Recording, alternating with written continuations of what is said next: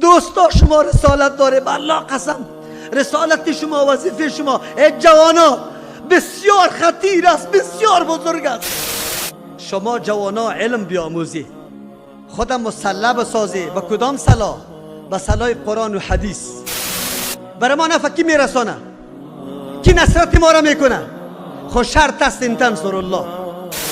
ضعیف کسی است که از مرگ میترسه، ضعیف کسی است که محبت دنیا را خوش داره، ضعیف کسی است که 4 روز زندگی با اولاد خود خوش داره.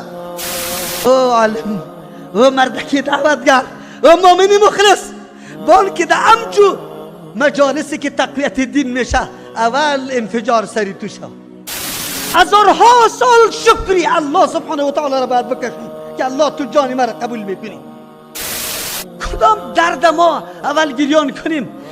سر با عفت و با حجاب ما، با عوض از اینکه طفل خدا در سوریه از زیر بار بکشه اول چادری خدا جمع کرده در جان خداست. شما چی عقیده داره که جنت میره یا دوزخ؟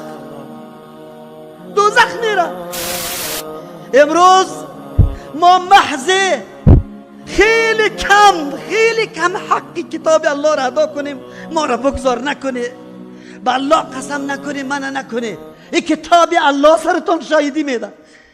أمة الإسلام بشرى إننا نلمح فجرا في شباب قد أشادوا صحوة للدين. در یک نقطه اساسی متوجه می سازمتانه. کدام نقطه؟ اگر رسول الله صلی الله علیه و سلم اهمیت دعوت میدانه، از عقیده را میدانه و در سر مرکب سوار صحابی را در حالت رفتار نصیحت میکنه، با ابن عباس رضی الله عنهما میگه یا غلام، عقیده را برش نشان میده. احفظ الله یحفظک، الله را حفاظت کو که تو را حفاظت بکنه. کوتاه میگیرم وقت کم است. کدام کلمات با ابن عباس رضی الله عنهما رسول الله صلی الله علیه وسلم تعلیم میده. یک نقطه اخیری را براتون میگم، دیگه را میگذارم تشریح. همه ایتان الحمدلله علما و اتمنو کتابا را خوانده. یک نقطه را رسول الله برش میگه، وعلم، بدان، در قلبت بشانی سخنه.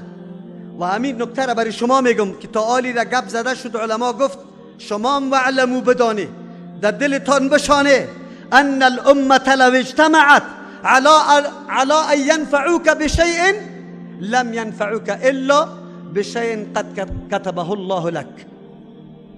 برای شما میگم سلفیا، اگر کل مخلوق جمع شود، دنیا جمع شود، یک کل دنیا فعلا جمع شده علیه محو کردن همین عقیده قرآن و حدیث جمع شده، این مبارزه کفری علیه همین عقیده است، علیه همین مراکز قرآن و سنت است. ولو با الله قسم اگر گپی دیگه باشه، خو یادتان باشه اگر کلی از یا جمع شود با کل نیروی خود، در او زمانی نیروها نبود، حالی است با این نیروی خود که برای تو نفع برسانه، رسانده میتونه.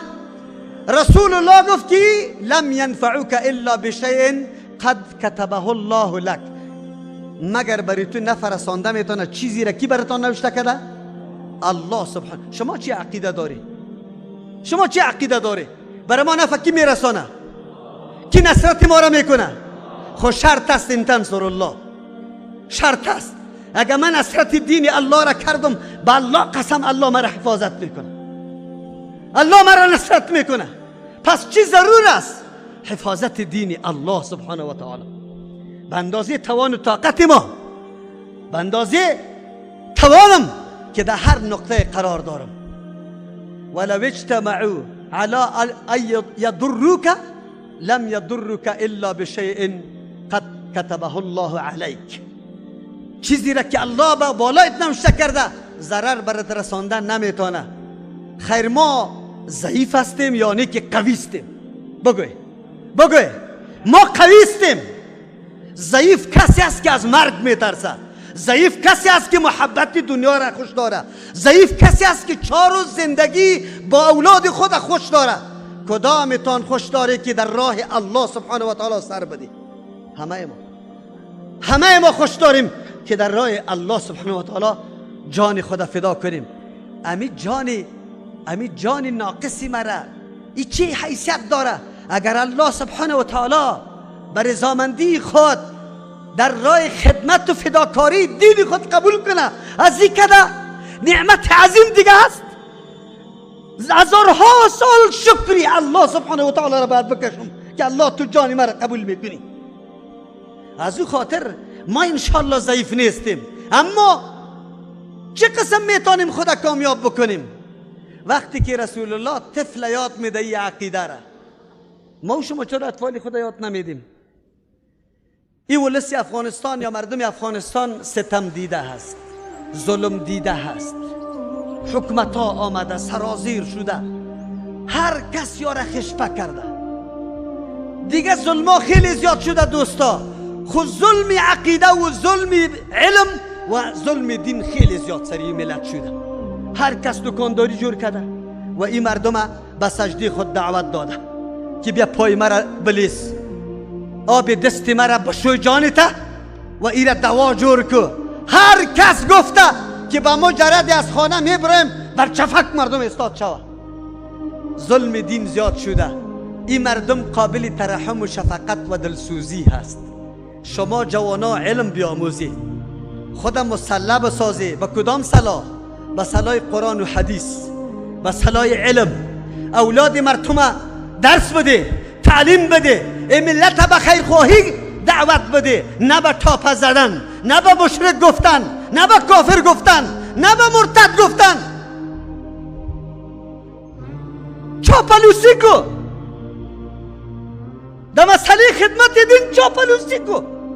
عزت تا پایین بیار، غیرت تا پایین بیار. خبان که یک برادری مسلمان عقیده توحید الله سبحانه و تعالی را بگیره، چه گمان داره؟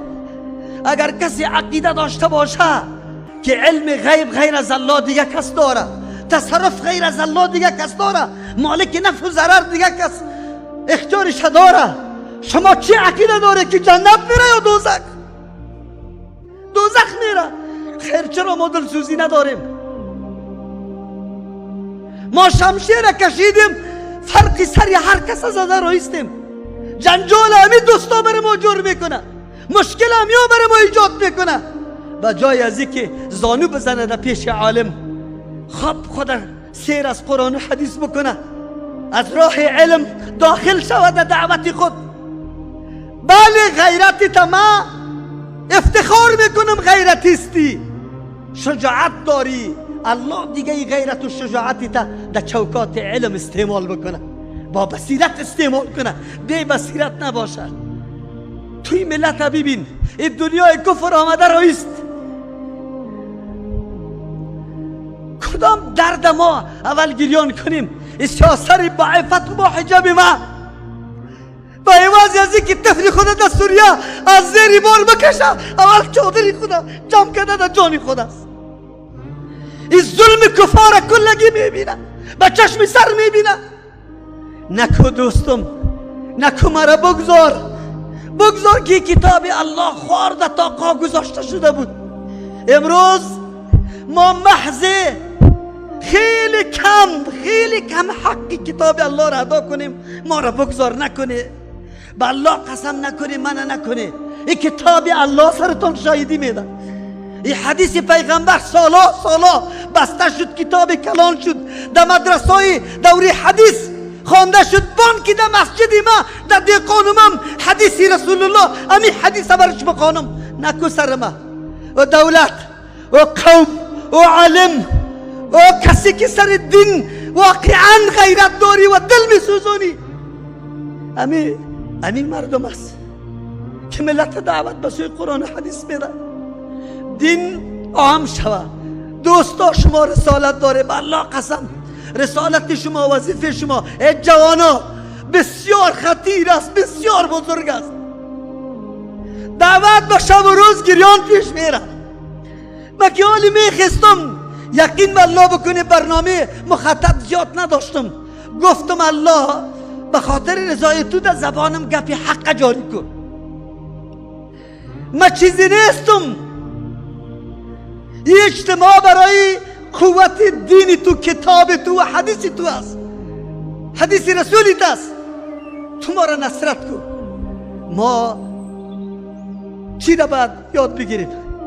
اگر محبت رسول الله صلی الله علیه و سلم در قلبم باشه، واقعا از نفسم که در رسول الله مقدم باشه و الله مقدم بگردانه، باید قدم به قدم نقشه پیغمبر را یاد بگیرم، بعد از او تعقیب کنم، بعد از او عملی کنم. عزیزا من میفهمم که قربانی میده. از سری بدخشان شما باور به الله سبحانه و تعالی بکنه. یک مولوی صاحب برام زنگ زد که مولوی صاحب والله کرایه محترم الله قسم به قرض پیدا نکردم. امروز عالم ما از کدام نقطه سر حاضر شده در این جمعیه پیام بگیره، بفهمه، درک بکنه مسئولیت خدا. من چی مسئولیت دارم؟ و عزیزا میتونیم 10 دانه اطفال مردم در گرد خود جمع کنیم. خیر است 5 سوریش شما بگیره، قایدش شما بگیره، تختگکش شما بگیره، قلمش شما بگیره. الحمدلله ما چیزی بالا 70 حلقه داریم از خواهراست. الله در عمرشان برکت بندازه به خاطر رضای الله. با وصف امی قدر قیودات میایه، امی تعلیم قرآن و حدیث با اطفال میکنه، عقیده را با اطفال میکنه. ما را چی شده؟ بیایه امی مجمع اگر ما و شما تعهد با الله سبحانه و تعالی بکنیم که 1 روپیه ما دیگه به جای مصرف نمیشه، فقط در خدمت کتاب الله و حدیث رسول الله، کامیاب هستیم یا ناکام؟ کامیاب هستیم. تعهد کنیم که ما همه ما فقط در توی، در جنازه، در تمامی گپا پیروی رسول الله صلی الله علیه و سلم میکنیم و هر کدام ما امید و آرزو را داریم یا نداریم؟ داریم. شما بگویید عمل کرد ما، دعوت ما تقریری خیلی زیاد است، با که امی مردمی که سالا علما در گوششان پف کرد، تقریر کرد، تبلیغ کرد، ذهن از او را پر ساخته، در عمل تو بری مردم عوام ثابت بساز که واقعا تو پیروی کیستی؟ پیروی رسول الله صلی الله علیه و سلم است. بیایی که در عمل ثابت بکنیم، دعوت عملی بدیم، یقینا دل بسوزانیم. اجتماع پیام داره، اینی پیام است. اگر ما واقعی، حقیقی، براستی الله سبحانه و تعالی آدم از نفاق نگاه کنه، به الله قسم بس اوقات در ذهنم میگرده که در همچه مجالس اگر 1 دقیقه تاخیر بکنم یا الله در جمله منافقین نرو، به خاطری که خود زرنگ دانسته که برو هرچی میشه انفجار میشه، هرچی میشه اموح شود. او عالم، او مردکی دعوتگر، او مؤمنی مخلص، بان که در همچو مجالسی که تقویت دین میشه اول انفجار سری تو شد، نشویم که ما در او حالت برسیم.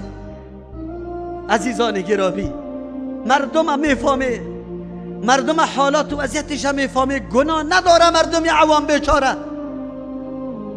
خود دشمنا و دسیسه های خیلی فراوان دنیای کفر است که اینجا کار کرده رویست. امی علمای خودم یقین به الله سبحانه و تعالی بکن، بس اوقات من میگم ملامت نمیکنم. چرا؟ بیشتر گپ از قاضی و حمدالله و سلام شد.